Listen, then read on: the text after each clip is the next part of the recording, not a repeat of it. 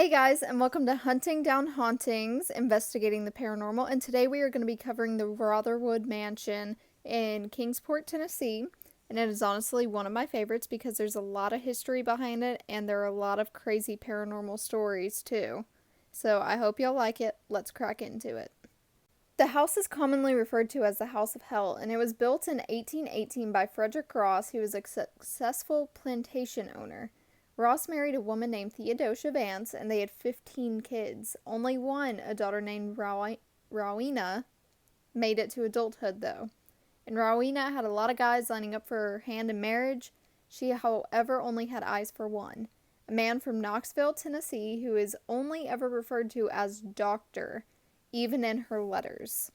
Now, Mr. Ross was always spoiling Rowena, sending her to the most expensive schools and buying her the most expensive gifts. Even when she became engaged to doctors, he started construction on a house for them across the river from his. However, the house was never lived in because it burned down right after construction on it was finished. On Rowena's wedding day, Doctor went fishing with his friends before the wedding in the Holston River, which is the river that the house is on. The Holston is known for its strong currents and that they apparently were pretty bad that day, while Rowena, can't say her name. I really can't. While Rowena was standing on the porch, she watched as their boat overturned and Doctor drowned. Rowena became a recluse for a few years, locking herself away in the third-floor bedroom of the mansion. 2 years after Doctor's death, she came out and met another man. They were married, and he shortly died from yellow fever. She became reclusive for another decade, got back out, and met another man whom she married and had a daughter with. When her daughter was about 6 years old, Rowena went home to visit her father. While she was there, she claimed to have seen the ghost of her first love, Doctor. While she was still there, she put on the wedding dress that was meant for Doctor, went to the Holston, and drowned herself, leaving her father, husband, and daughter behind. Mr. Ross became depressed and also lost all his money trying to get into the cotton market, so he sold his plantation to his bookkeeper, Joshua Phipps. Phipps is spelled Phipps. It's Phipps, not Phillips. Before selling the plantation, Mr. Ross freed as many slaves as possible, knowing that Phipps was not kind towards the slaves like he was. Phipps was known for being cruel and inflicting as much pain as possible. Phipps also had a mistress who had been a former slave, and she also abused the slaves that they had. In 1861, Phipps died due to illness, but there is a lot of speculation surrounding his death. Many people believe that he was actually cursed for how horrible he had been. The days surrounding his death, swarms of flies lingered around him. It's believed that these flies filled up his nose and throat until he suffocated to death. He just happened to be ill at the time. Let me know what you think. During his funeral, apparently a black dog appeared from inside his coffin. Like the coffin door swung open and out jumped a black dog. And then it ran off into the woods, which most of you already know this, but a black dog is an omen of death, and apparently it was right. Phipps' mistress, the former slave, was shortly after murdered by the Rotherwood Mansion slaves for her cruelty. Rotherwood was purchased by the U.S. government in 1940 and has had several owners since. Visiting is currently discouraged since it is, as of right now, it is a private residence, and it is also on the National Registry of Historic Places. Now that is all the history. I know it was a lot. Now here are some of the paranormal stories. So to start with, the ghost of Rowena haunts the grounds and can be seen in a white gown near the Holston, still searching for her first love. How sweet. The first sighting of her occurred just a few weeks after her suicide. Phipps' mistress was buried in an unmarked grave on the grounds, and her ghost is known for causing trouble.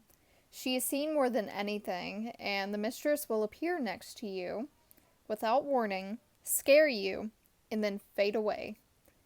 And then there's the black dog that was seen at Phipps' funeral. Multiple websites say that this is a very bad spirit within the mansion, while one says he's friendly. And this is probably one of my favorite paranormal stories about this place because it's kind of terrifying, but at the same time it's like, whoa, and like imagine being there for that. During renovations, 2 men were in the basement where the slave cells were, and one of the workers noticed that his partner had looked up from his work and had gone completely still and silent. His partner was stiff and his eyes had widened. A few moments passed, and suddenly his partner started screaming, got up, then ran up the stairs and out of the house. The man got in his work van, left without his tools, and leaving his partner and the owner behind. The man who hadn't run off asked his frightened partner about it later, and his partner claimed that he saw a man in dark clothing come out of the basement wall with a sick smile on his face. This man in dark clothing has now been identified as Mr. Phipps. Mr. Phipps, according to the frightened worker, had a giant black dog with glowing eyes and sharp fangs, growling at his side. Mr. Phipps had laughed, pointed at the worker, and the dog had lunged at his throat and chased him out of the house. The worker then refused to step foot back on the property. Yeah, apparently Phipps haunts the mansion as well. He and the black dog are most active during stormy weather. Phipps can be heard laughing cruelly while the dog howls during bad weather. Phipps is overall known as the most active in this house, and he frequently rips blankets off the beds, poking and shoving visitors, brings a feeling of unease whenever he is present. Blood spots also appear on the floors every time it rains, and many owners have blamed him for that, along with the screams heard around the house. The spirits of slaves that died on the property have also been seen, but they've been described as overall friendly, but apparently you can still hear their tortured moans, cries, and screams that Mr. Phipps caused. Thank you for watching our video today. That is all, and that is all about the Rotherwood Mansion. We have a podcast that you can go to. It's on SoundCloud, Hunting Down Hauntings. We have quite a few episodes up. We also have a website that you can visit, huntingdownhauntings.com. We would love for you to check it out, subscribe, and share it with others. Until next time, thank you.